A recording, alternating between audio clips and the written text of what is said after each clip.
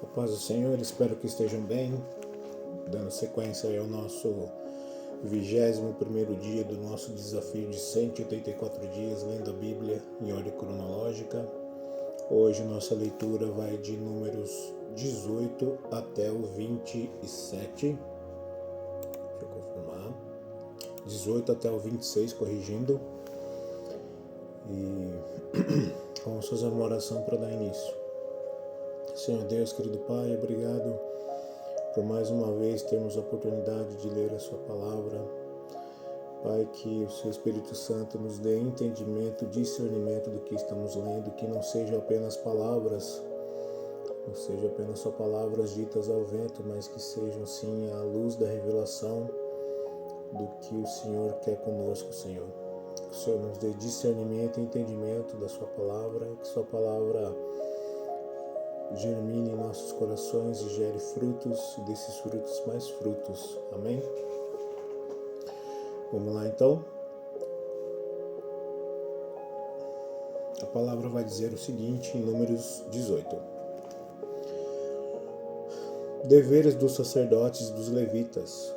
O Senhor Deus disse a Arão: você, os seus filhos e os outros membros da tribo de Levi são responsáveis pelos erros cometidos no serviço da tenda sagrada. Porém, somente você e seus filhos sofrerão por causa dos erros cometidos no seu serviço de sacerdotes. Traga os outros membros da tribo de Levi, a quem você também pertence, para ajudarem você e os seus filhos no serviço da tenda. E eles, os levitas, farão os serviços que você mandar e farão também o serviço da tenda, mas eles não deverão chegar perto dos objetos sagrados que estão no lugar santo ou no altar. Se eles fizerem isso, vocês morrerão, e eles também. Os levitas trabalharão com você e farão todo o serviço da tenda. Porém, nenhuma pessoa estranha deverá trabalhar com vocês. Somente você e os seus filhos serão os encarregados do serviço do lugar santo e do altar. Assim eu não ficarei irado de novo com o povo de Israel. Entre os israelitas eu escolhi os seus parentes, os levitas, como oferta para vocês, os sacerdotes. Os levitas são separados para mim a fim de fazer o serviço da tenda sagrada. Mas você e seus filhos farão o trabalho de sacerdotes, cuidando das coisas do altar e das que estão no lugar santíssimo. Vocês serão responsáveis por essas coisas, pois eu lhes dei o direito de serem sacerdotes. Porém morrerá qualquer estranho que chegar perto das coisas sagradas. O sustento dos sacerdotes. O Senhor Deus disse a Arão: agora estou lhe dando todas as ofertas especiais que foram trazidas a mim e que não foram queimadas como sacrifício. Eu dou essas ofertas a você e aos seus descendentes como aquela parte a que você tem direito para sempre. Das coisas mais sagradas e que não forem queimadas, você receberá o seguinte: as ofertas de cereais, as ofertas para tirar pecados e as ofertas para tirar a culpa. Tudo que for trazido a mim como oferta sagrada pertence a você e aos seus filhos. Você comerá essas coisas no lugar sagrado, e somente os homens poderão comê-las, e será uma coisa sagrada para você. Além disso, serão suas também todas as ofertas especiais apresentadas pelos israelitas, as quais estou dando a você, aos seus filhos e às suas filhas para sempre. Todos os seus parentes que estiverem puros poderão comer dessas coisas. Eu estou dando a você o melhor dos primeiros produtos da terra, e que os israelitas me trazem, isto é, o melhor azeite, o melhor vinho e o melhor trigo. Os primeiros produtos da terra que as pessoas trouxerem para mim serão de vocês. Todos os seus parentes que estiverem puros poderão comer essas coisas.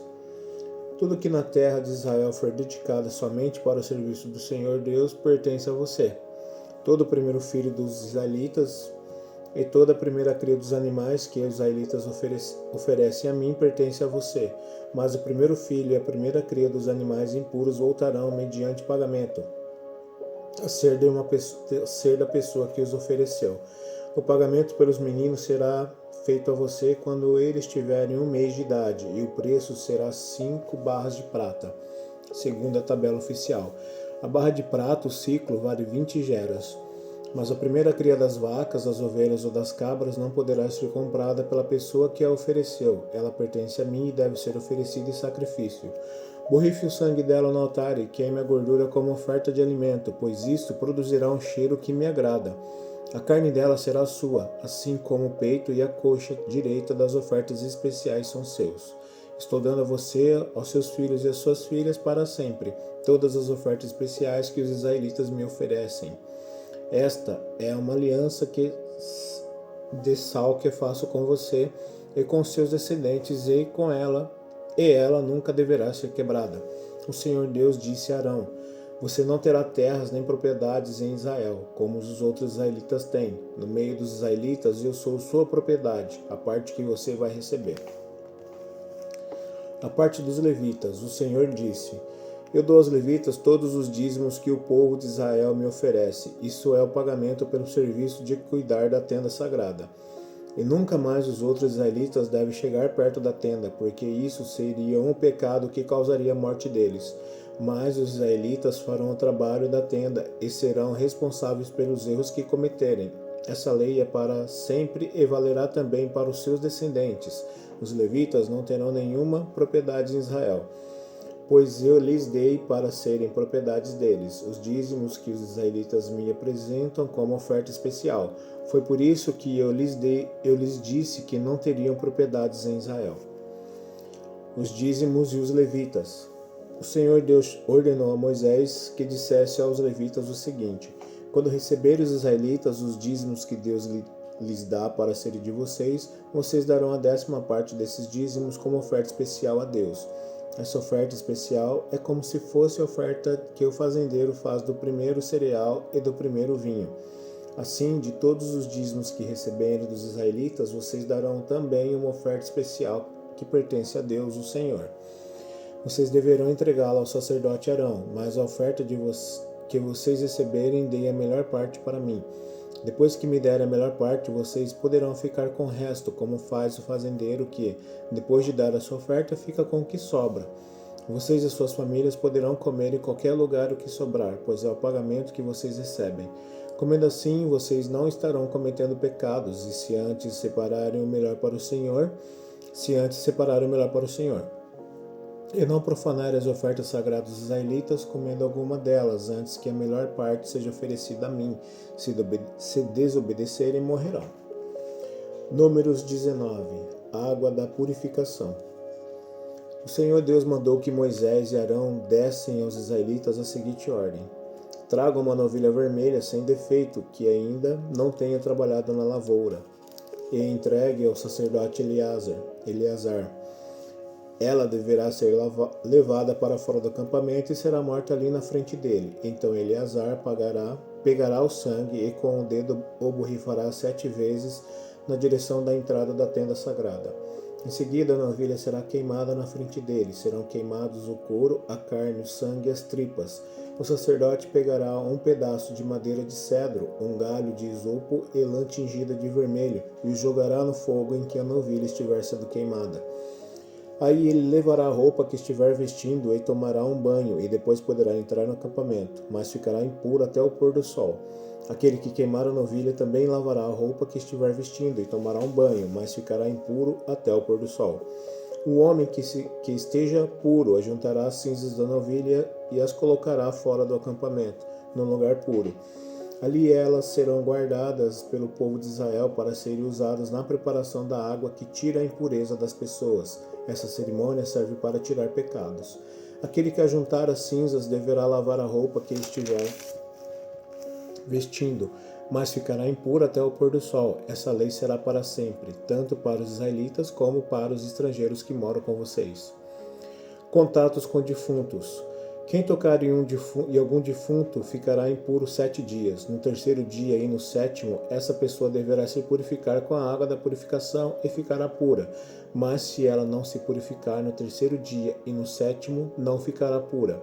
Toda pessoa que tocar no defunto e não se purificar ficará impura, porque a água da purificação não foi jogada sobre ela. Ela faz com que a tenda de Deus, o Senhor, fique impura. Essa pessoa não pertencerá mais ao povo de Israel. Se alguém morrer numa barraca, que entrar nela ou estiver nela, ficará impuro 7 dias. O pote ou jarro que estiver aberto ou destampado ficará impuro. Se no campo alguém tocar numa pessoa que foi morta ou teve morte natural, ou tocar em qualquer osso de gente ou numa sepultura, ficará impuro 7 dias. Para purificar essas pessoas que ficou impura, vocês deverão pegar as cinzas da novilha vermelha que foi queimada como oferta para tirar o pecado, deverão colocá-las dentro de um pote e derramar água limpa em cima.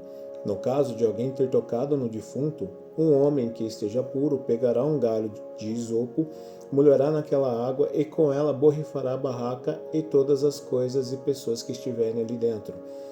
Se alguém tiver tocado em osso de gente ou numa sepultura, deverá ser borrifado com água da purificação por uma pessoa que esteja pura. No terceiro dia e no sétimo, quem estiver puro borrifará a água sobre a pessoa impura. No sétimo dia, a pessoa ficará pura. Ela deverá lavar a roupa que estiver vestindo e tomará um banho, e ao pôr do sol ficará pura. No entanto, quem estiver impuro e não se purificar ficará impuro, porque a água da purificação não foi borrifada nele.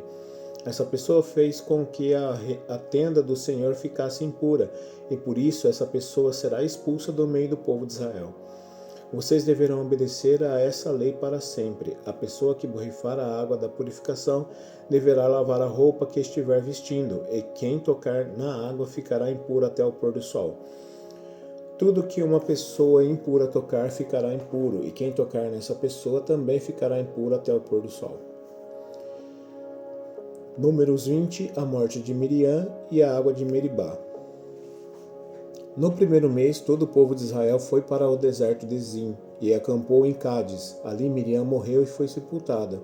Naquele lugar não havia água, por isso o povo as reuniu e começou a reclamar contra Moisés e Arão. Eles diziam: teria sido melhor se tivesses morrido na frente de Deus, o Senhor, com os nossos companheiros, os outros israelitas. Por que você trouxe o povo do Senhor para esse deserto? Será que foi para morrermos junto com os nossos animais? Por que você nos trouxe do Egito para este lugar terrível, onde não há cereais, nem figueiras, nem parreiras, nem romãs, e além de tudo, não há água para beber? Então Moisés e Arão saíram dali onde o povo estava e foram para a porta da tenda sagrada. Eles se ajoelharam, encostaram o rosto no chão, e a glória do Senhor apareceu. E o Senhor disse a Moisés: pegue o bastão que está em frente da arca da aliança, e depois você e Arão reúnam o povo, e na frente de todos eles deem ordem à rocha, e dela sairá água. Assim vocês tirarão água da rocha e darão de beber ao povo e também aos animais. Então, como Deus havia ordenado, Moisés pegou o bastão que estava diante de Deus, o Senhor. Moisés e Arão reuniram o povo em frente da rocha, e Moisés disse: agora escute, gente rebelde. Será que vamos ter de fazer sair água desta rocha para vocês? Moisés levantou a mão, bateu na rocha 2 vezes com o bastão, e saiu muita água. E o povo e os animais beberam. Porém o Senhor disse a Moisés e Arão: vocês não tiveram fé suficiente para fazer com que o povo de Israel reconhecesse o meu santo poder, e por isso vocês não vão levá-los para a terra que prometi dar a eles. Isso aconteceu em Meribá, onde o povo de Israel reclamou contra Deus, o Senhor, e onde Deus lhes deu uma prova do seu santo poder. O rei de Edom não deixa que os israelitas passem. Da cidade de Cádiz, Moisés enviou alguns mensageiros, que foram dizer ao rei de Edom o seguinte: esta mensagem é dos seus parentes, das tribos de Israel. O Senhor conhece todas as dificuldades que temos tido, e sabe como os nossos antepassados foram para o Egito, onde vivemos muitos anos. Os egípcios maltrataram os nossos antepassados e a nós, e por isso pedimos a Deus, o Senhor, que nos socorresse. Ele ouviu o nosso pedido e mandou um anjo que nos tirou do Egito. Agora estamos na cidade de Cádiz, na fronteira do seu país. Por favor, deixe-nos passar pela sua terra. Nós e o nosso gado não sairemos da estrada, nem entraremos nos campos ou nas plantações de uvas de vocês, e não beberemos águas dos poços. Enquanto estivermos no seu país, ficaremos na estrada principal. Porém o rei de Edom respondeu: nós não vamos deixar que vocês passem pelo nosso país. Se tentarem fazer isso, marcharemos contra vocês e o atacaremos. Então o povo de Israel disse: ficaremos na estrada principal, e se nós ou os nossos animais beberem a água de vocês, pagaremos o preço dela, somente queremos passar a pé. O rei de Edom respondeu: Não, vocês não passarão. Aí os edomitas vieram com um exército poderoso para atacar o povo de Israel. Assim, os edomitas não deixaram que os israelitas passassem pelo seu país, e por isso os israelitas foram por outro caminho. A morte de Arão. Todo o povo de Israel saiu da cidade de Cádiz e chegou até o monte Or, na fronteira de Edom. Ali o Senhor Deus disse a Moisés e Arão: Arão não entrará na terra que eu prometi dar aos israelitas. Ele vai morrer porque, no caso da água de Meribá, vocês se revoltaram contra as minhas ordens. Traga Arão e Eleazar, o filho dele, e mande que subam o monte Or. Depois tire as roupas de Arão e vista em Eleazar. Arão vai morrer ali. Moisés fez como o Senhor havia mandado. Eles subiram o monte de Or diante de todo o povo. Moisés tirou as roupas do sacerdote que Arão vestia e pôs em Eleazar. E Arão morreu bem no alto do monte. Depois Moisés e Eleazar desceram dali. Quando o povo soube que Arão havia morrido, todos ficaram de luto 30 dias. Números 21. A derrota do rei de Arad. O rei cananeu de Arad, que morava na região sul de Canaã, soube que o povo de Israel vinha pelo caminho de Atarim. Ele atacou os israelitas e levou alguns deles como prisioneiros. Então o povo de Israel prometeu a Deus, o Senhor, o seguinte: Se fizeres com que derrotemos este povo, nós destruiremos completamente as suas cidades. O Senhor ouviu o pedido do povo de Israel e os ajudou a derrotar os cananeus. Assim os israelitas os destruíram e também destruíram as suas cidades, e deram àquele lugar o nome de Orma, a cobra de bronze. Então os israelitas saíram do monte Or pelo caminho que vai até o golfo de Acaba, para dar a volta em redor da região de Edom. Mas no caminho o povo perdeu a paciência e começou a falar contra Deus e contra Moisés. E eles diziam: Por que Deus e Moisés nos tiraram do Egito? Será que foi para morrermos no deserto, onde não há pão nem água? Já estamos cansados desta comida horrível. Aí o Senhor Deus mandou cobras venenosas que se espalharam no meio do povo e elas morderam e mataram muitos israelitas. Então o povo foi falar com Moisés e disse: Nós pecamos, pois falamos contra Deus, o Senhor, e contra você. Peça a Deus que tire essas cobras que estão no meio da gente. Moisés orou ao Senhor em favor do povo e ele disse: Faça uma cobra de metal e pregue no poste. Quem for mordido deverá olhar para ela e assim ficará curado. Então Moisés fez uma cobra de bronze e pregou no poste. Quando alguém era mordido por uma cobra, olhava para a cobra de bronze e ficava curado. Do monte Or até o vale dos Moabitas. Aí os israelitas partiram e acamparam em Obote. Depois saíram de Obote e acamparam nas ruínas de Abarim, no deserto a leste do território de Moabe, e partiram dali e acamparam no vale de Zered. Dali eles saíram e acamparam na margem norte do rio Arnon, no deserto que vai até o território dos amorreus. O rio Hermon é a divisa do território de Moabe com os dos amorreus. É por isso que o livro das batalhas do Senhor dizia assim: a cidade de Vaeb, na região de Sufa, e os rios e os vales, o rio Arnon, e a descida dos vales que vão até a cidade de Ar, na direção da fronteira com Moabe. Dali eles foram para um lugar chamado Beer, onde o Senhor disse a Moisés: Reúna o povo e eu darei água a todos. Então o povo de Israel cantou essa canção: Ó poço, faça brotar a sua água e nós a saudaremos com uma canção. E este poço foi cavado pelos líderes, foi aberto pelos chefes do povo, com seus bastões de comando e com seus bordões. No deserto eles foram para Matana, de Matana foram para Naaliel, de Naaliel para Bamote, e de Bamote para o vale que fica no território de Moabe, abaixo do pico do monte Pisga, de onde se avista o deserto. Vitória contra Seom e Og. Então o povo de Israel mandou mensageiros para dizer a Seom, o rei dos amorreus, o seguinte: Deixe-nos passar pelo seu país, não passaremos pelos campos nem pelas plantações de uvas, não beberemos águas dos poços, caminharemos somente pela estrada principal até sairmos do seu país.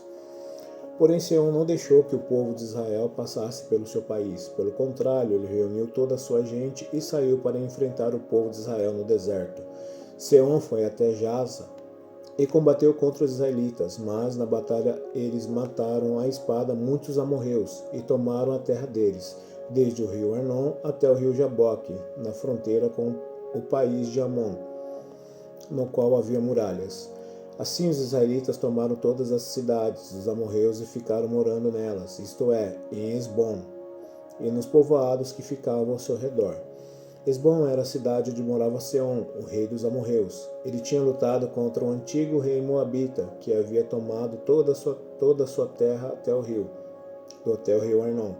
É por isso que os poetas dizem assim: venham a Esbom, a cidade do rei Seom. Ela será construída de novo. A cidade de Seom será bem construída, pois saiu fogo de Esbom, saiu uma chama da cidade do rei Seom. O exército foi o fogo que destruiu a cidade de Ar em Moabe e devorou os montes do Alto Arnon. Ai de vocês, moradores de Moabe, adoradores do deus Quemos, vocês estão perdidos. O seu Deus deixou que os seus soldados fugissem e que as suas filhas fossem entregues para serem escravos de Seom, o rei dos amorreus. Mas agora acabou o poder de Esbom até Dibom, tudo está destruído. Nofa está em ruínas e o fogo chegou até Medeba. Assim os israelitas ficaram morando na terra dos amorreus. Depois Moisés mandou gente para espionar a cidade de Jazer. Em seguida conquistaram os povoados que ficavam ao redor de Jazer e expulsaram todos os amorreus que moravam ali. Então os israelitas voltaram e subiram pelo caminho de Bazã, e Og, rei de Bazã, saiu para atacá-los em Edrei. O Senhor Deus disse a Moisés: não tenha medo dele, pois vou entregar nas suas mãos o rei, o seu povo e a sua terra. E você deverá fazer com ele o mesmo que fez com Seom, o rei dos amorreus que morava em Esbom. Assim os israelitas mataram Og, os seus filhos e todo o seu povo, não escapou ninguém, e tomaram a terra deles.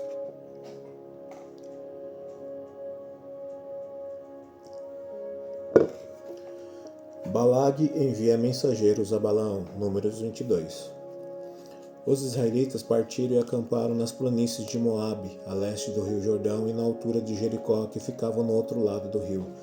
Quando o rei de Moabe, Balaque, filho de Zippor, soube de tudo que os israelitas haviam feito com os amorreus, ficou apavorado com os israelitas porque eles eram muitos. De fato, o povo de Moabe ficou com muito medo dos israelitas. Os moabitas disseram aos chefes dos medianitas: agora essa multidão vai devorar tudo ao redor de nós, como um boi que come a grama do pasto. Então o rei Balaque mandou chamar Balaão, filho de Beor, que estava em Petor, perto do rio Eufrates, no território de Amave. Os mensageiros foram dizer o seguinte a Balaão: um povo inteiro saiu do Egito, está espalhado por toda a terra e agora vem morar perto de mim. Eu lhe peço que venha logo para amaldiçoar esse povo, pois eles são mais poderosos do que eu. Talvez assim eu possa derrotá-los e expulsá-los daqui. Eu sei que quando você abençoa alguém, este alguém fica abençoado, e se você amaldiçoa, fica amaldiçoado. Então os chefes moabitas e midianitas foram, levando consigo dinheiro para pagar as maldições. Eles chegaram ao lugar onde Balaão estava e entregaram a mensagem de Balaque. Balaão respondeu o seguinte: fiquem aqui essa noite e amanhã eu contarei a vocês o que o Senhor me disser. Então os chefes moabitas ficaram com Balaão. Deus veio falar com ele e perguntou: quem são esses homens que estão com você?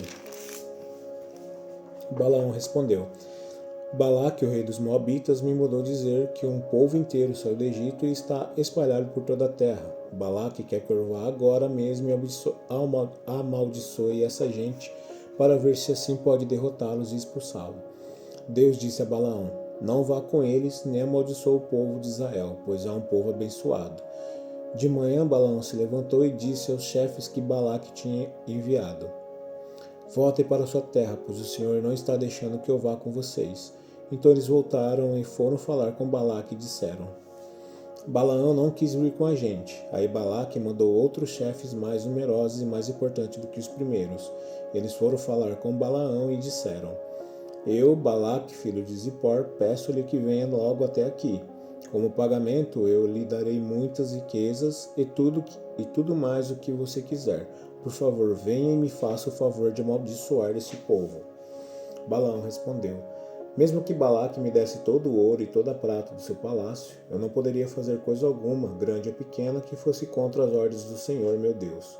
Mas agora peço que vocês também fiquem aqui essa noite, para que eu possa saber se o Senhor tem mais alguma coisa para me dizer. Durante a noite, o Senhor Deus apareceu a Balaão e disse: Já que esses homens vieram chamá-lo, apronte-se e vá com eles, mas faça apenas o que eu disser. Portanto, no dia seguinte, Balaão se aprontou, pôs os arreios na sua jumenta e foi com os sacerdotes, com os chefes moabitas. Balaão, a jumenta e o anjo. Deus ficou irado porque Balaão foi. Balaão ia montado na sua jumenta, e 2 dos seus empregados o acompanhavam. De repente, o anjo do Senhor se pôs na frente dele no caminho para barrar a sua passagem. Quando a jumenta viu o anjo parado no caminho, com a sua espada na mão, saiu da estrada e foi para o campo. Aí Balaão bateu na jumenta e a trouxe de novo para a estrada. Então o anjo do Senhor ficou numa parte estreita do caminho entre 2 plantações de uva, onde havia um muro de pedra de cada lado. Quando a jumenta viu o anjo, ela se encostou no muro apertando o pé de Balaão. Por isso Balaão bateu de novo na jumenta. Depois o anjo do Senhor foi adiante e ficou no lugar mais estreito ainda, onde não havia jeito de desviar nem para a direita e nem para a esquerda. A jumenta viu o anjo e se deitou no chão. Balaão ficou com tanta raiva que surrou a jumenta com a vara. Aí o Senhor fez a jumenta falar, e ela disse a Balaão: O que foi que eu fiz contra você? Por que é que você já me bateu 3 vezes? E ele respondeu: Foi porque você caçoou de mim. Se eu tivesse uma espada na mão, mataria você agora mesmo. Então a jumenta disse a Balaão: Por acaso não sou a sua jumenta em que você tem montado toda a sua vida? Será que tenho o costume de fazer isso com você? Não, respondeu ele. Aí o Senhor Deus fez com que Balaão visse o anjo que estava no caminho com a espada na mão. Balaão se ajoelhou e encostou o rosto no chão. O anjo do Senhor disse: Por que você bateu 3 vezes na sua jumenta? Eu é que vim como se fosse um inimigo para fazer você voltar, pois você não devia estar fazendo essa viagem. Mas a sua jumenta me viu e se desviou 3 vezes de mim. Se ela não tivesse feito isso, eu já teria matado você e ela ficaria viva.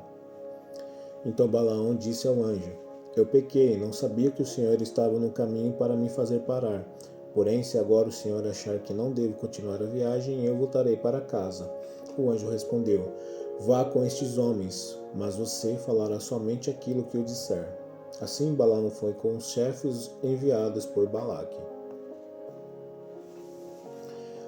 Balaque recebe Balaão. Quando Balaque soube que Balaão estava chegando, foi encontrar-se com ele em Ar, uma cidade que fica na beira do rio Arnon, na fronteira de Moabe. Balaque perguntou: Por que você não quis vir quando mandei chamá-lo da primeira vez? Será que você estava pensando que eu não poderia lhe pagar bem? Balaão respondeu: Mas eu estou aqui com o Senhor, não é? Porém, não posso dizer nada por minha própria conta, só posso dizer o que Deus ordenar e nada mais. Assim Balaão foi com Balaque para a cidade de Uzote, onde Balaque ofereceu em sacrifício touros e ovelhas e deu uma parte da carne a Balaão e aos chefes que estavam com ele.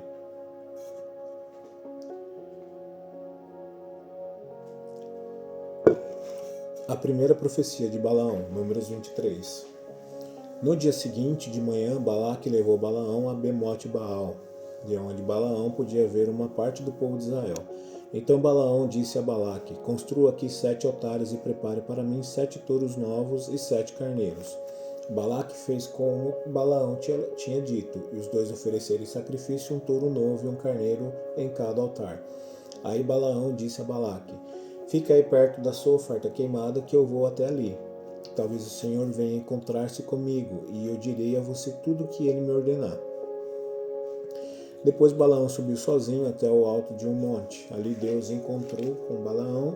Ele disse: Construí 7 altares e sobre cada um ofereci um touro novo e um carneiro. O Senhor Deus disse a Balaão o que deveria dizer e mandou voltar a entregar a mensagem a Balaque.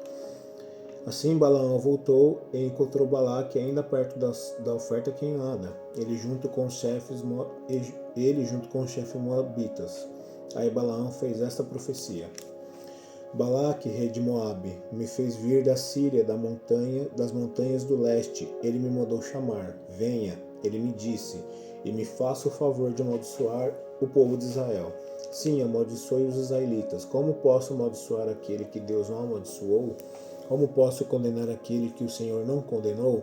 Do alto das montanhas eu vejo o povo de Israel. Eles vivem sozinhos e acham que são diferentes dos outros povos. Os descendentes de Jacó são como a poeira. São tantos que não podem ser contados. Gostaria de terminar a minha vida como alguém que pertence ao povo de Deus. Quero morrer em paz, como as pessoas honestas. Então Balaque disse a Balaão: O que foi que você me fez? Eu o mandei chamar para amaldiçoar os meus inimigos, mas você somente os abençoou. E ele respondeu: Eu posso dizer apenas aquilo que o Senhor me ordena. A segunda profecia de Balaão. Aí Balaque disse a Balaão: Venha comigo para outro lugar, de onde você poderá ver somente alguns israelitas. Amaldiçoe dali essa gente, por favor. Balaque levou até o campo de Zofim, no alto do monte Pisga.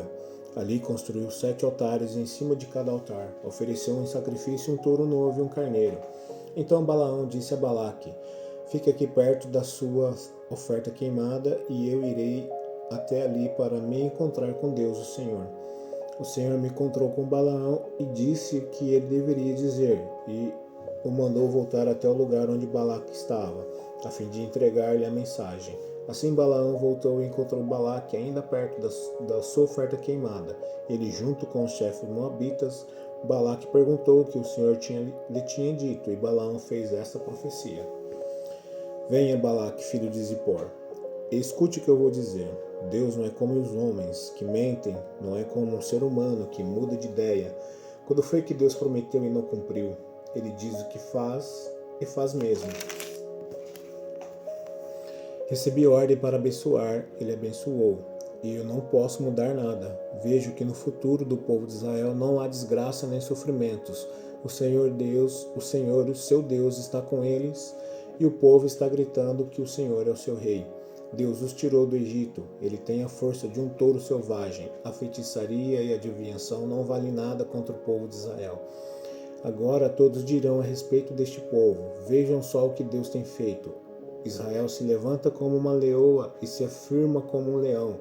Ele não descansa até que tenha devorado a presa e bebido o sangue das suas vítimas. Então Balaque disse a Balaão: Se você não pode amaldiçoar o povo de Israel, pelo menos não o abençoe. Balaão respondeu: Eu já não disse que só posso fazer o que o Senhor ordenar? A terceira profecia de Balaão. Então Balaque disse a Balaão: Venha comigo que eu vou levá-lo a outro lugar. Talvez Deus queira que de lá você amaldiçoe os israelitas. Aí Balaque levou Balaão até o alto do monte Peor, no lado que dá para o deserto. Balaão disse a Balaque: Construa para mim aqui 7 altares e me prepare 7 touros novos e 7 carneiros. Balaque fez como Balaão havia ordenado e ofereceu em sacrifício um touro novo e um carneiro em cada altar.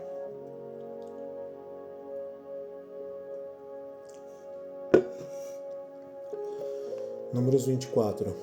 Dessa vez Balaão viu que o Senhor queria mesmo que ele abençoasse o povo de Israel. Por isso não foi como antes procurar sinais para saber qual era a vontade de Deus. Pelo contrário, ele se virou para o deserto e viu o povo de Israel acampado tribo por tribo. O Espírito de Deus tomou conta de Balaão e ele fez esta profecia. Essa é a mensagem de Balaão, filho de Beor. São essas palavras do homem que pode ver claramente o que pode ouvir o que Deus está dizendo. Eu caio, os meus olhos se abrem e eu tenho uma visão do Deus Todo-Poderoso. Como é bonito o acampamento do povo de Israel, como são belas as suas barracas. Elas parecem filas de palmeiras, são como os jardins na beira dos rios, como aloés plantados por Deus o Senhor, ou como cedros perto das águas. Israel terá muita água para beber e para regar as suas sementeiras. O seu rei será mais poderoso do que Agag, e o seu reino será famoso. Deus tirou os israelitas do Egito e luta por eles como um touro selvagem. Eles devoram as nações inimigas, quebram os ossos dos seus soldados e os matam com as suas flechas. Israel é como um leão poderoso, quando está dormindo, ninguém tem coragem de acordá-lo. Quem abençoar o povo de Israel será abençoado, e quem amaldiçoar será amaldiçoado. Aí Balaque ficou com muita raiva de Balaão, com uma das suas mãos deu um soco na outra, em sinal de ódio, e disse: Eu chamei para amaldiçoar os meus inimigos, mas nessas 3 vezes você os abençoou. Agora vá embora para sua casa. Prometi pagar bem a você, porém o Senhor Deus não está deixando que você receba o pagamento. Então Balaão respondeu: Eu disse aos seus mensageiros que, mesmo que você me desse toda a sua prata e todo o seu ouro, eu não poderia desobedecer à ordem de Deus, o Senhor. Eu disse que não faria nada para minha própria conta, e somente diria aquilo que o Senhor me ordenasse.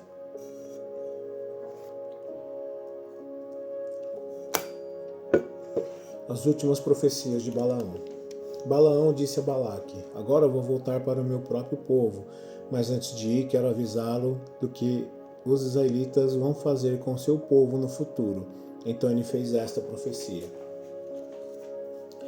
Essa é a mensagem de Balaão, filho de Beor. São essas palavras do homem que pode ver claramente, que pode ouvir o que Deus está dizendo e receber o conhecimento que vem do Altíssimo. Eu caio, os meus olhos se abrem e eu tenho uma visão do Deus Todo-Poderoso. Olho para o futuro e vejo o povo de Israel. Um rei como uma estrela brilhante vai aparecer naquela nação. Como um cometa, ele virá de Israel. Ele derrotará o chefe dos Moabitas e acabará com este povo orgulhoso. Ele conquistará os inimigos de Israel, os edomitas, e fará que a terra deles seja sua propriedade. O povo de Israel mostrará sua força. Dos descendentes de Jacó sairá o dominador, que acabará com os que ficarem com a vida nas cidades. Aí, em sua visão, Balaão viu os amalequitas e fez esta profecia. Amaleque era o povo mais poderoso de todos, mas no fim será destruído para sempre. Balaão viu também os queneus e fez esta profecia. O lugar onde vocês moram é seguro, seu ninho está colocado na rocha, mas vocês serão destruídos quando a Síria os levar como prisioneiros. Balaão fez mais essa profecia. Quem são esses povos reunidos no norte?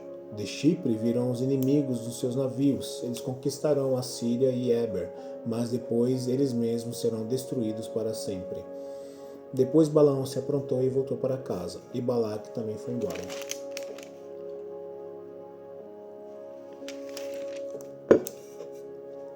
O povo de Israel adora Baal-Peor. Números 25. Quando os israelitas estavam acampados no Vale das Acácias, os homens começaram a ter relações com as mulheres moabitas. Elas convidavam o povo para as festas que eram feitos sacrifício aos seus deuses. Os israelitas tomavam parte nos seus banquetes e adoravam os seus deuses. Assim os israelitas se reuniram para adorar o deus Baal-Peor. E por isso o Senhor Deus ficou muito irado com eles, e disse a Moisés: Reúna os chefes do povo de Israel e os enforque diante de mim em plena luz do dia. Assim a minha ira contra o povo de Israel acabará. Moisés disse aos chefes: Cada um de vocês mate os homens da sua tribo que foram adorar o deus Baal-Peor. Moisés e todo o povo estavam chorando na frente da tenda do Senhor. Então um dos israelitas levou uma mulher midianita para dentro da sua barraca na presença de Moisés e de toda a gente. Quando Finéias, filho de Eleazar, o neto do sacerdote Arão, viu isso, levantou-se e saiu da reunião. Ele pegou uma lança, seguiu o homem, entrou na barraca, enfiou a lança na barriga dele e da mulher. Assim acabou a epidemia que havia entre os israelitas, e que já havia matado 24.000 pessoas. Então o Senhor Deus disse a Moisés: Finéias fez com que terminasse a minha ira contra o povo de Israel. Finéias é como eu, não tolera a adoração de outros deuses além de mim. Por causa do que Finéias fez, eu na minha ira não destruí os israelitas. Portanto, diga-lhe que faço agora com ele uma aliança de amizade. Ele e seus descendentes serão sempre sacerdotes, porque ele não deixou que os israelitas adorassem outro Deus além de mim, e assim conseguiu que fossem perdoados. O israelita que foi morto com a midianita se chamava Zinri. Ele era filho de Zalu e chefe de uma família da tribo de Simeão. A mulher midianita que foi morta se chamava Cosbi. Ela era filha de Zur, chefe de um grupo de famílias midianitas. O Senhor ordenou a Moisés: ataquem e matem os midianitas. Eles prejudicaram vocês, pois os enganaram, levando-os a adorar o ídolo de Peor. E também os enganaram no caso de Cosbi, filha do chefe midianita, que foi morto no tempo da epidemia que houve no Monte Peor.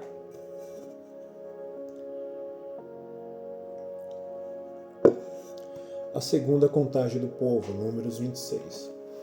Depois da epidemia, o Senhor disse a Moisés e Eleazar, filho do sacerdote Arão, o seguinte: faça a contagem de todos os homens israelitas de 20 anos para cima, família por família, isto é, todos que já têm idade para serviço militar. Moisés e Eleazar obedeceram e reuniram todos os homens com idade para prestar serviço militar. Eles se reuniram nas planícies de Moabe, na beira do rio Jordão, na altura de Jericó, que ficava no outro lado do rio. São estes os israelitas que saíram do Egito. A tribo de Rubem era o filho mais velho de Jacó. Os grupos da família de Enoque, Palu, Esrom e Carmi. Desses grupos de famílias foram contados 43.730 homens.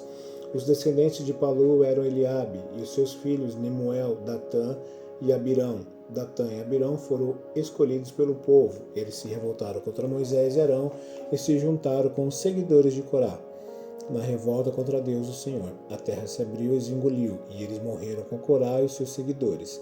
O fogo matou 250 homens, e isso serviu como um aviso para o povo, mas os filhos de Corá não foram mortos. A tribo de Simeão, os grupos de famílias de Nemuel, Jamim, Jaquim, Zera e Saul. Desses grupos de família foram contados 22.200 homens. A tribo de Gade, os grupos de famílias de Jefon, Hagi, Suni, Osni, Eri, Arode e Areli. Esses grupos de família foram contados 40.500 homens. A tribo de Judá, os grupos de famílias de Selá, Pérez, Zera, Esrom e Ramul. 2 filhos de Judá, isto é, e Onã, haviam morrido em Canaã. Desses grupos de famílias foram contados 76.500 homens. A tribo de Zacar, os grupos de famílias de Tolá, Puva, Jazube e Sinron. Desses grupos de famílias foram contados 64.300 homens. A tribo de Zebulon, os grupos de famílias de Sered, Elon e Jaleel. Desses grupos de famílias foram contados 60.500 homens. As tribos de Manassés e Efraim, que eram filhos de José. A tribo de Manassés, Maquir, filho de Manassés, era pai de Gileade, e os seguintes grupos de famílias são descendentes de Gileade. Os grupos das famílias de Iezer, Eleque, Asriel, Siquém, Semida e Éfer. Zelofeade, filho de Éfer, não tinha filhos, somente filhas. Os nomes das filhas de Zelofeade eram Mácia, Noa, Hogla, Milca e Tirza. Desses grupos de famílias foram contados 52.700 homens. A tribo de Efraim, os grupos das famílias de Suteia, Bequer e Taã. Os grupos de famílias de Herã descendia de Sutela. Desses grupos de famílias foram contados 32.500 homens. São esses os grupos das famílias descendentes de José. A tribo de Benjamim, os grupos das famílias de Belá, Asbel, Airão, Sufã e Ufã. Os grupos de famílias de Ard e Naamã eram descendentes de Belá. Desses grupos de famílias foram contados 45.600 homens. A tribo de Dan, o grupo das famílias de Suão, que tinha 64.400 homens. A tribo de Asser, os grupos de famílias de Ina, Isva e Berias. Os grupos de famílias de Eber e Malquiel são descendentes de Berias. A filha de Asser se chamava Sera. Desses grupos de famílias foram contados 53.400 homens. A tribo de Naphtali, os grupos das famílias de Jazeel, Guni, Jezer e Silém. Desses grupos de famílias foram contados 45.400 homens. O número total dos homens israelitas era de 601.730 homens. O Senhor Deus disse a Moisés: divida a terra entre as tribos conforme o tamanho delas. Divida por sorteio e dê as partes maiores para as tribos maiores e as partes menores para as tribos menores. Os levitas.